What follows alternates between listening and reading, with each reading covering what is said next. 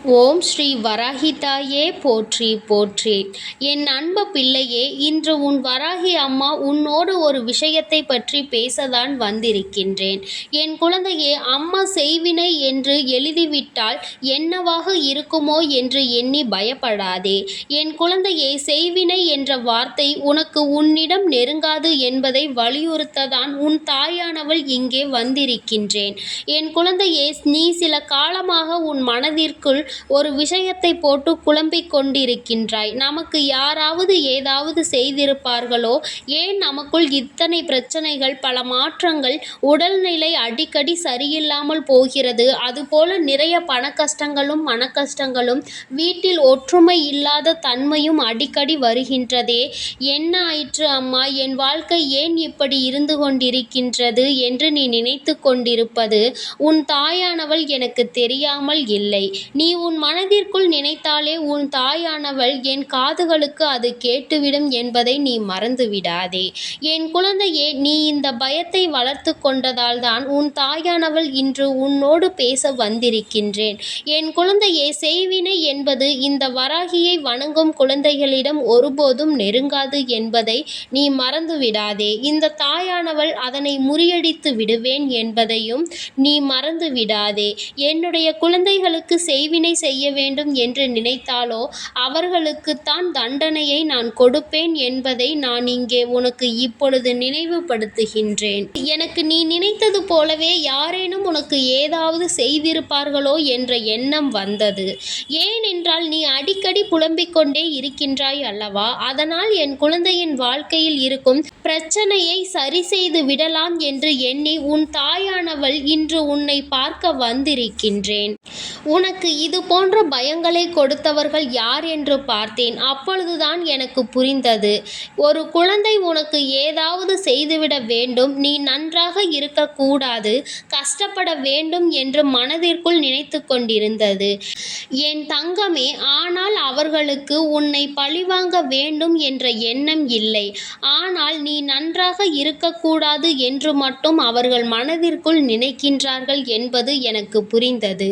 என் தங்கமே, அவர்களை திருத்துவது என்பது இப்பொழுது முடியாத காரியம்.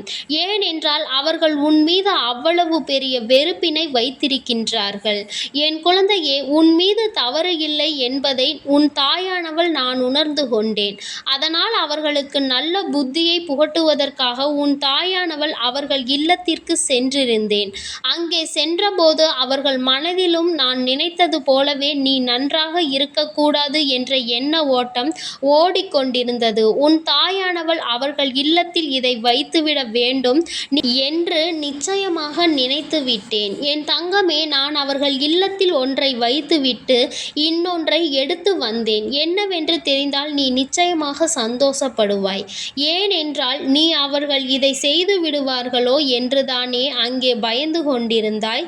என் தங்கமே, நான் அவர்கள் இல்லத்தில் வைத்தது நேர்மறையான சக்திகளை, அதாவது உன்மேல் அவர்கள் வைத்திருந்த எதிர்மறையான எண்ணங்களை அவர்களிடத்தில் இருந்து உன் தாயானவள் பிடுங்கிக் கொண்டு வந்து விட்டேன். உன்னை பற்றிய நேர்மறையான எண்ணங்களை அவர்கள் மனதில் நான் விதைத்து விட்டேன். இப்பொழுது அவர்களுக்கு உன்மேல் இருந்த வெறுப்பானது குறையத் தொடங்க ஆரம்பித்து விட்டது. என் குழந்தையே, இனிமேல் உனக்கு அவர்கள் எதையும் செய்ய மாட்டார்கள், செய்யவும் நான் விடமாட்டேன். என் குழந்தையே, நீ இனிமேல் நிச்சயமாக இந்த விஷயத்தை எண்ணி கலங்க வேண்டாம். உன் தாயை தாண்டி யாரும் உனக்கு எதுவும் செய்துவிட முடியாது. நீ உனக்குள் இருக்கின்ற அந்த பயத்தை முதலில் தூக்கி எறிந்துவிடு.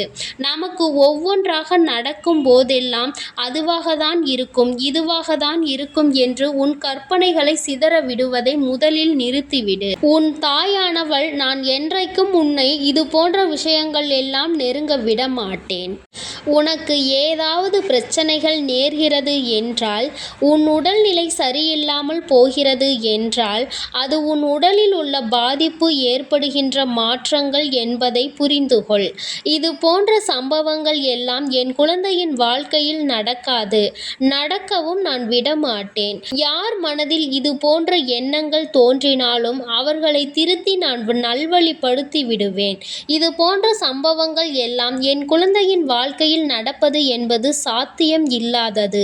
இந்த இந்த தாயானவள் இது போன்றவற்றை எல்லாம் முறியடித்து என் குழந்தைகளை எப்பொழுதும் நான் நிச்சயமாக பாதுகாத்து கொள்வேன் என்று உனக்கு வாக்குறுதி அளிக்கின்றேன். என் குழந்தையே, இதை உன் தாயானவள் என்னுடைய சத்திய வாக்காகவும் நீ எடுத்துக்கொள்.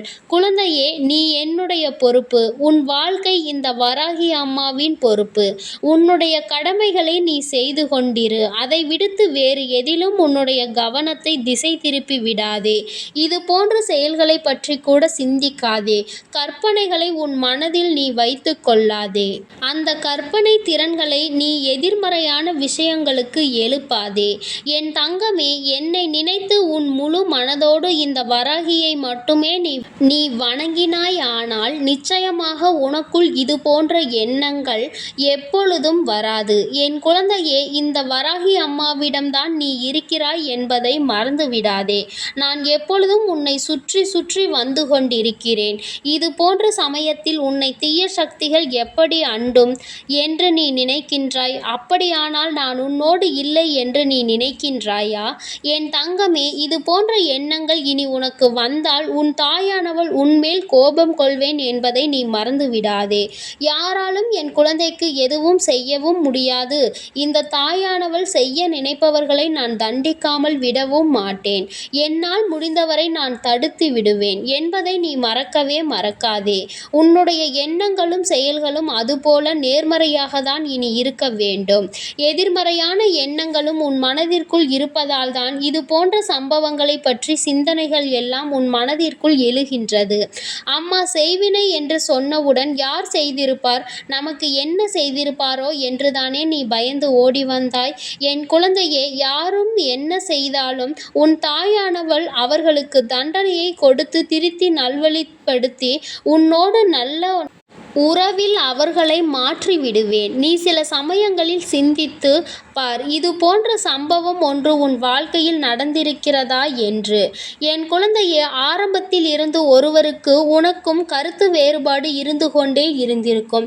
சில காலம் போன பிறகு உனக்கும் அவருக்கும் இருந்த கருத்து வேறுபாடோ பகையாக மாறியிருக்கும்.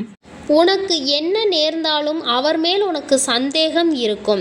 நமக்கு என்ன நேர்ந்தாலும், நம் குடும்பத்தில் உள்ளவர்களுக்கு என்ன நேர்ந்தாலும் இவர்தான் காரணமாக இருப்பார் என்று, இவர் நமக்கு ஏதோ செய்துவிட்டால், செய்வினை செய்துவிட்டார், நிச்சயமாக இது போன்ற செயலை அவர்தான் செய்திருப்பார்கள் என்ற எண்ணம் உனக்குள் வந்துவிடும்.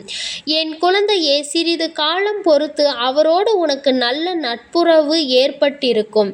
நீ அவரோடு நல்ல உறவோடு இப்போது பழகி கொண்டிருப்பாய். உனக்குள் எந்த கருத்து வேறுபாடும் இல்லாமல் நல்ல தோழமையை நீ வளர்த்து கொண்டிருப்பாய். என் தங்கமே, அம்மா சொல்வதிலிருந்து உனக்கு என்ன புரிகிறது?